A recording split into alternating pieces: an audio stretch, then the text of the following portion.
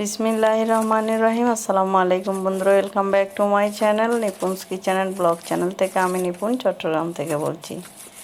কাছে দূরে যে যেখান থেকে আমার ভিডিওটি দেখছেন সকলকে ধন্যবাদ জানাচ্ছি এবং শুভেচ্ছা জানাচ্ছি। আশা করছি সবাই ভালো আছেন।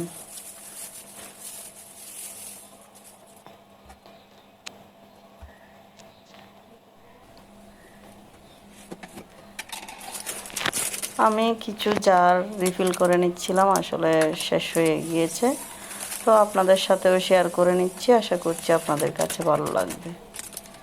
এতক্ষণ যদি আমার ভিডিওটি দেখে থাকেন তাহলে আমার ভিডিওতে চাইলে আপনারা একটা লাইক দিয়ে কিন্তু অন্যান্য আপু ভাইদের কাছে পৌঁছে যেতে সাহায্য করতে পারেন।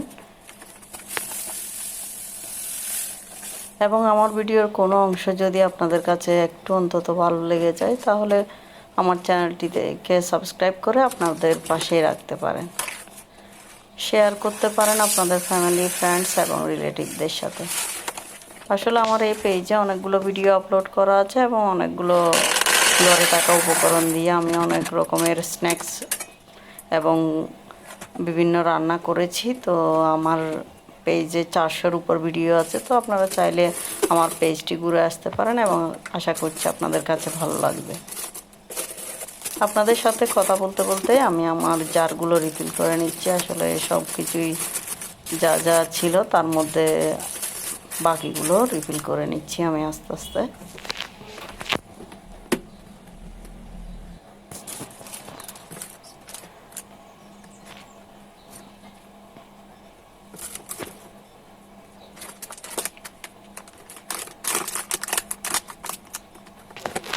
আপনারা যারা আমার ভিডিওটি দেখছেন আপনারা আমার পেজটা ঘুরে আসবেন, আপনাদের কাছে অনুরোধ করলাম। আপনাদের কাছে ভালো লাগবে, কারণ আমি ঘরে থাকা উপকরণ দিয়ে সবগুলো রেসিপি রেডি করে নেওয়ার চেষ্টা করেছি। তো এখন আমি ব্লগ আকারে ভিডিও দিচ্ছি। আগে কিন্তু আমি শুধু বিভিন্ন রেসিপি ট্রাই করেছি, সেগুলো আপনাদের সাথে শেয়ার করেছি। আসলে এই প্ল্যাটফর্মে আপনাদের সহযোগিতা ছাড়া কখনোই আমার পেজটা গ্রো করবে না। তো আসলে আপনারা চাইলে কিন্তু সবাইকে সহযোগিতা করতে পারেন।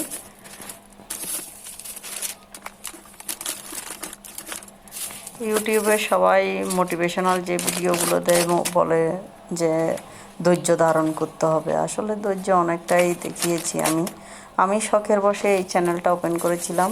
তো কাজ করতে করতে মানুষের মধ্যে তো একটু সফলতাটা আশা করে, তো সেভাবে আমি আশা করি, না হলে কিন্তু এতদিন কাজ করতে পারতাম না।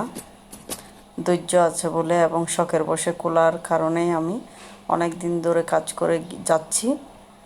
মাঝে মাঝে ভিডিও দেওয়া বন্ধ করে দিই, আবার ভিডিও মোটিভেটেড হয়ে আবার ভিডিও দিই। সবার অনেক কথা যখন শুনি যে তখন আমি মোটিভেশনাল হয়ে আবার ভিডিও আপলোড করি।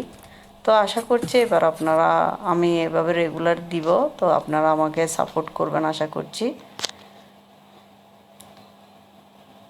আপনারা যারা আমার ফেসবুক পেজ থেকে আমার ভিডিওটি দেখছেন, তো সবাইকে বলবো আমার ফেসবুক পেজটা আপনারা ফলো করে দিবেন।